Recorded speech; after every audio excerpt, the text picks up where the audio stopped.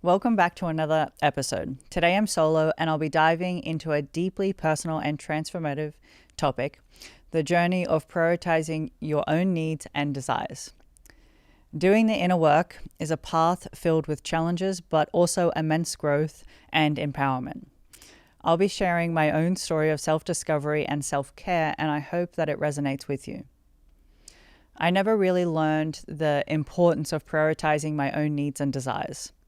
Growing up, I constantly put others before myself. It wasn't about being helpful or kind, but rather a deep-rooted belief that my worth as a person depended on how much I could do. Not only for others, but also in this process, self-sacrifice for others. Outside of my achievements, the need to be needed became my measure of self-worth. And don't get me wrong, helping people and being of service to others is what I actually truly believe the human experience is about, and what I love doing more than anything. It becomes a problem when we start to neglect ourselves, our needs, our desires, to have those needs met through self-abandonment. Like many of you, you may have experienced this quickly, which led to a path of self-neglect. I created a life without clear boundaries, where resentment and anger built up quickly. I lacked self-love, constantly sought external validation to fill a void and emptiness that was within me. My self-esteem was tied to how much I could do or give to others. And because of that, I had lost sight of who I truly was outside of those acts of self-sacrifice and achievements.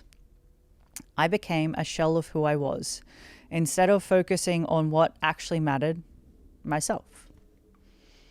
Breaking free of these ingrained life patterns is daunting. It requires deep reflection and acceptance that the circumstances that we find ourselves in are a direct result of our own life choices and not the actions of others. This realization also empowers us to take full responsibility where necessary for our own well-being and make necessary life changes. When people talk about doing the work, this is it.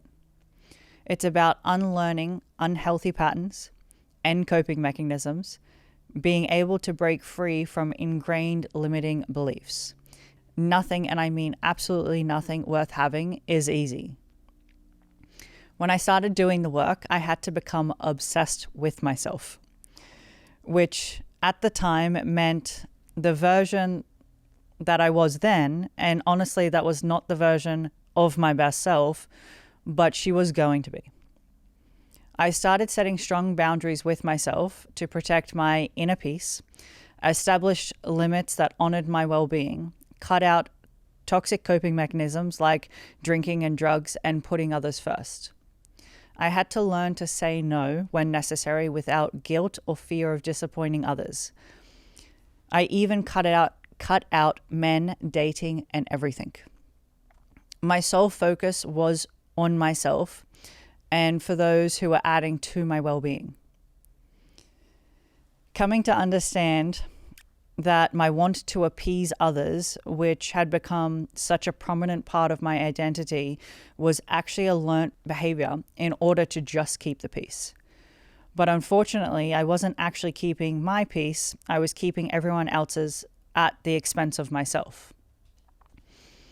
As you do the work, you'll be confronted with versions of yourself that maybe didn't operate from a place of your best self, and that's okay. But in order to truly grow, being able to accept all parts of yourself in those moments is when you're able to change patterns and cycles that stem from authenticity and genuine connection. This means making choices that are aligned with your own desires and values, using your inner voice or gut feeling, and embracing what truly brings you joy and fulfillment. If you struggle to prioritize self over anything else, this journey will be one of the most transformative things that you can do for yourself.